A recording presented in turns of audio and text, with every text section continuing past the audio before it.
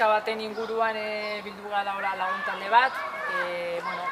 Gure herrikidea den Asier Oiartzabal Txepartegik 15 urte beteko ditula irailean kartzelan. Eta esan 45 urtetik 15 damakizkila espetxean, ez? Bizitzaren eirena. Hori da pixka bat aukeratu dugun lema. Ekimen batzuk burutuko ditugula iraila bukaeran.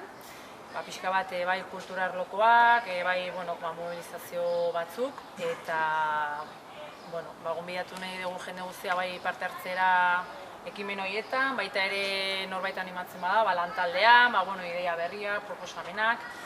Eta batez ere, mezu bat ekin ez, bai egun nahikoa dela, 15 urte edozein pertsonaren bizitzan 5.000 egun baino gehiago dira, eta Asierrek hemen egon beharko lukela ez, bere alabatxuakin, eskutik helduta eta kalean gure artean.